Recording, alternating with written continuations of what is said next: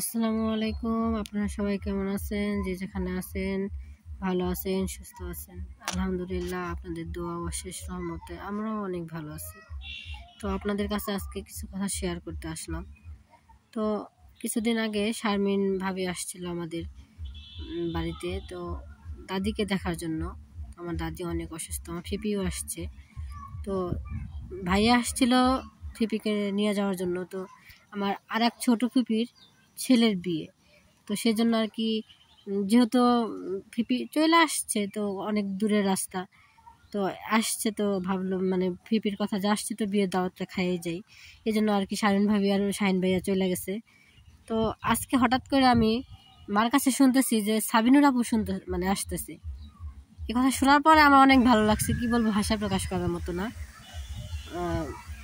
সত্যি কথা বলতে গেলে আপা আমাদের বাড়িতে 3-4 বছর পর পর আসে, বা আরও লং টাইম পরে আসে। কিন্তু আমরা গত 1 মাস আগে আপার বাসা থেকে ঘুরে আসছি। তো দাদি অসুস্থ থাকার কারণে ভাইয়া আসছে, ফিপি আসছে, এখন আপা আসতেছে। যেহেতু সামনে বিয়ে, বললাম যে তুমি একটু কয়েকদিন পরে আসো, শাহিন ভাইয়া চলে গেছে, তো তুমি 2-1 দিন পরে আসো, তো বিয়ের দাওয়াতটা একসাথে খাওয়া যাবো। দাদি আলহামদুলিল্লাহ আগের চাইতে এখন অনেকটা সুস্থ আছে, আপনাদের দোয়ায় অনেকটা সুস্থ আছে। কারণ আমার দাদির যে পরিস্থিতি হয়েছিল, যেরকম অবস্থা হয়েছিল, তো আমাদের আশাই ছিল না যে উনি সুস্থ হতে পারবো। তো আলহামদুলিল্লাহ এখন আগের চাইতে অনেক বেটার আছে, উনি অনেক সুস্থ আছে, এখন নিজে কথা বলতে পারে। এমন অবস্থা হয়েছিল যে ওনাকে কিছু জিজ্ঞেস করলে উনি উত্তর দিতে পারতো না, বা মুখে থেকে শুধু তাকায় থাকতো। তো ওই সময়ের যে ওনার কষ্টটা, আমরা তো তার নাতি, সেই হিসেবে দেখতে গেলে ওনার এই পরিস্থিতি দেখার পরে আমরা অনেক কান্না করছি যে আমার দাদিকে আল্লাহ তুমি সুস্থ করে দাও, ভালো করে দাও খুব তাড়াতাড়ি। তো আল্লাহ আর কি রহমত করছে যে আমার দাদি এখন আলহামদুলিল্লাহ অনেক সুস্থ আছে, আপনাদের দোয়া ও আশীর্বাদে। তো সাবিনুর আপু হয়তো বা আজকে বিকেলে স্টাফ বাসে, মনে করেন ঢাকা মেডিকেল থেকে আর কি, ওইখান থেকে বাস আসে আমাদের এখানে, তুষার তুহিন বাস আসে। তো আমার মনে হয় আপা ওই বাসে আসবো। তো আস্তে আস্তে হয়তো বা সন্ধ্যা 7টা বা 7:30 এরকম বাসবো। তো আপার আসবে শুনে আমার অনেক ভালো লাগতেছে, অনেক আনন্দ লাগতেছে। আপনাদেরকে অনেক মিস করি, যেহেতু ওনাদের কাছে যে প্রায় 15 দিনের মতো তাদের সাথে ছিলাম। আর তাছাড়া আমাদের বন্ডিং আগে এত যোগাযোগ ছিল না। এখন আমার বাবা প্রায় 30 বছর পর ফিপির বাসায় গেছে। তো আমাদেরকে আর কি ওইভাবে আমাদের যাওয়া হয় না। সবাই তো কাদের বাসা, যেহেতু ফিপির বাড়ি অনেক দূরে, যাওয়া হয় না। তো কোনো একটা উছিলার কারণে আমরা আর কি গেছিলাম। তো যাওয়ার পরে কিছুদিন থাকছি, থাকার পরে চলে আসার পরে 1 সপ্তাহ পর বা 15 দিন পরেই আমার দাদি যখন জানছে যে আমার দাদি অসুস্থ, তো থাকতে পারে না, ফিপি চলে আসছে, ভাইয়া চলে আসছে, এখন আপু আসতেছে। আমরা অনেক হ্যাপি যে ওনারা সব আসতেছে। তো সকালবেলা আর কি রান্না শুরু করলাম। মা অবশ্য রান্না করছে, ভাত আর কি মাছ ভাজি করছে। তো আমি এসে দেখলাম যে আর কি তরকারিটা ঝোল দিতে হবে, তো একটু ঝোল দিয়া মাছটা আর কি তরকারির উপরে সুন্দর করে দিলাম। দেওয়ার পরে আর কি ঢাইকা দিব এখন। তো সত্যি কথা বলতে গেলে মেয়েদের কাজই হয়েছে রান্নাবান্না।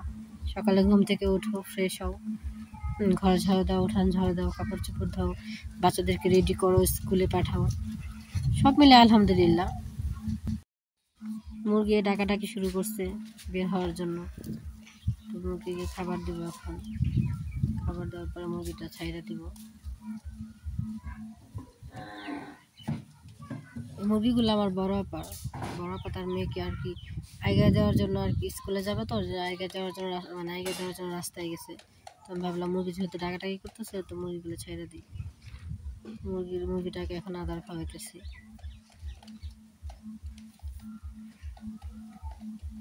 আপনার মুরগিগুলো মনে হয় ডিম পারে না, কারণ আমি আসার পরে একবার শুনি না যে মুরগি ডিম পারতেছে। হয়তো বা ডিম পারবো, যেহেতু ডাকাডাকি শিখে গেছে। বাঘ ফুটছে আমাদের এলাকায়, নাকি বলে যে হ্যাঁ, অল্প বয়সের মুরগি বাঘ ফুটলেই নাকি ডিম পারে। তো আর কি ডিম পাড়ার সময় হয়তো হয়ে আসছে।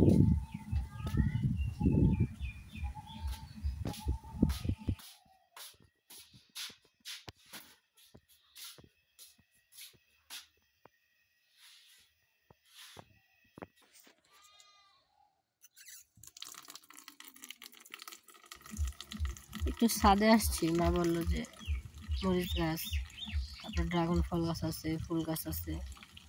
তো একটু পানি দিয়ে আসো।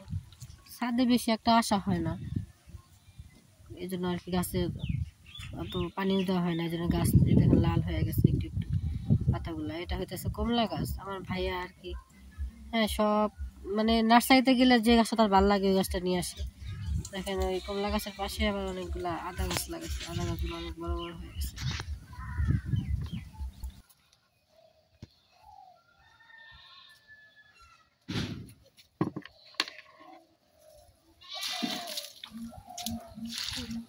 আমি অ্যালোভেরা গাছে পানি দিলাম, অ্যালোভেরা গাছটাও লাল হয়ে গেছে। এটা ড্রাগন ফল গাছ। গতবার শীতের মধ্যে অনেক ফুল ফুটছিল, কিন্তু এখনো এবার ফুল গাছের কোনো কলি আসে নাই। ফুল গাছ ছাদে আসা হয় না, এই জন্য গাছে গাছে পানিও দেওয়া হয় না, এই জন্য এবার ফুলের লেট।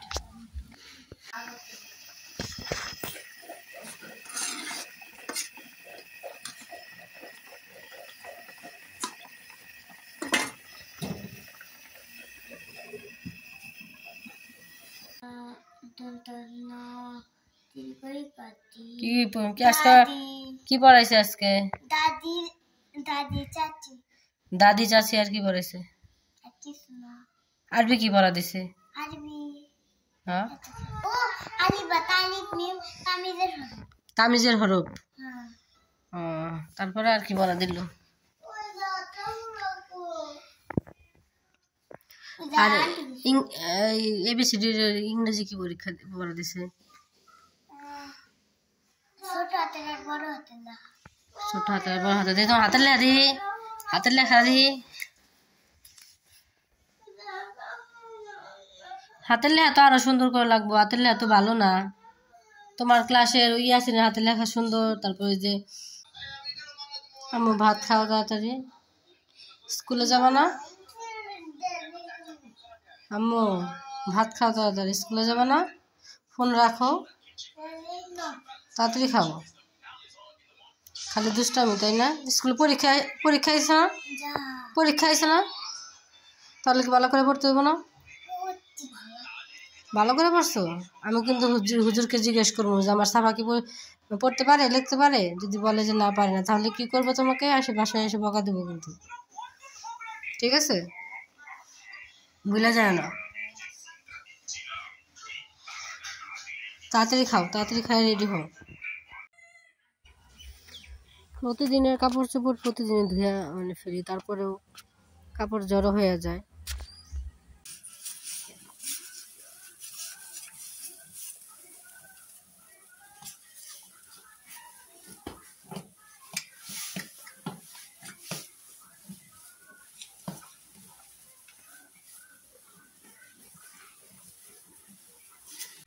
ধান খাইতে আইলে আগাছার ফুল হয়েছে, কিন্তু দেখেন কত সুন্দর, দেখছেন? দেখার মতো একটা ফুল। আমার খুব ভালো লাগে এই ফুলটা। যখন অনেকগুলো হয় একসাথে তখন আরো সুন্দর হয়। এখন 2টা 3টা হয়েছে, সুন্দর হয়েছে অনেক।